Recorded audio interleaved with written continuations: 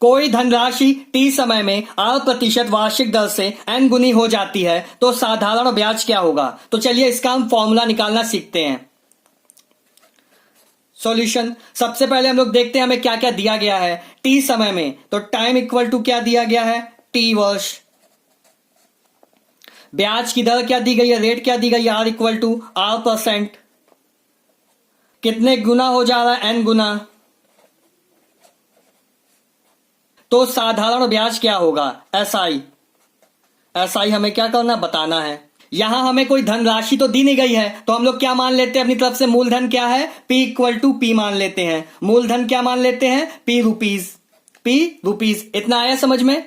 अब ये क्या हो रही है, n गुनी हो जा रही है। ये क्या हो रहा है, धन, ये P कितने गुना हो जा रहा है, n गुना हो जा रहा है। तो हमारा अमाउंट क्या हो जाएगा, मिश्र धन क्या हो जाएगा।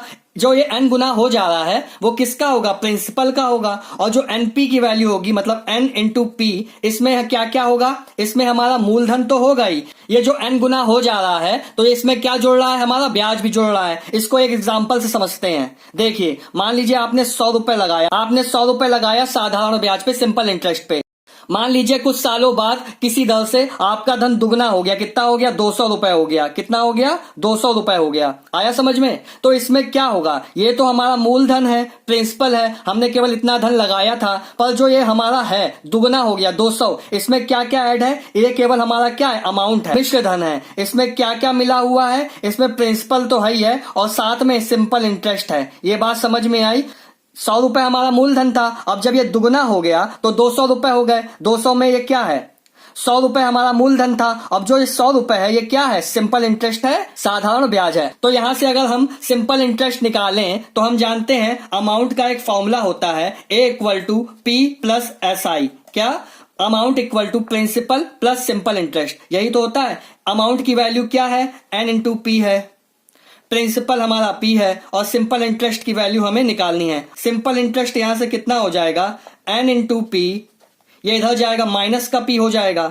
अब यहां से देखिए P कॉमन आ रहा है, P कॉमन ले लेंगे, क्या हो जाएगा, N माइनस 1। पर अभी हमने कुछ देर पहले एक फॉर्मूला देखा था, वो फॉर्मूला क्या था, सिंपल इंटरेस्ट इक्वल टू क्या होता है, P into R into T by 100। क्या होता है, P into R into T by 100। Simple interest का एक फॉर्मूला होता है। ये देखिए ये भी सिंपल इंटरेस्ट है, ये भी सिंपल इंटरेस्ट है, मतलब ये दोनों आपस में क्या होंगे, बराबर होंगे। इन दोनों को बराबर कर देते हैं तो यहाँ P n minus 1 equal to क्या हो गया, P into R into T by 100। P से P कैंसिल हो गया तो ये क्या फॉर्मूला बन गया, n minus 1 equal to R T by 100। तो स्टूडेंट्स इस फॉर्मूले पर बेस्ड काफी क्वेश्चंस आते हैं वनडे कॉम्पिटिटिव एग्जाम्स में। क्वेश्चन आपसे कुछ इस तरीके से पूछेगा, कोई धनराशि 5 साल में 18% वार्षिक दर से कितने गुनी हो जाएगी। तो आपको ये फॉर्मूला लगाना है। कभी आपको n नहीं देगा, कभी आपको r नहीं देगा, कभी आपको t नहीं देगा, कोई दो चीजें इनमें आपको देगा, एक चीज पूछेगा। तो स्टूडेंट्स अगर आपको वीडियो अच्छा लगा हो या कुछ नया सीखने को मिला हो तो चैनल को सब्सक्राइब कीजिएगा, वीडियो को लाइक कीजिएगा। Thank you.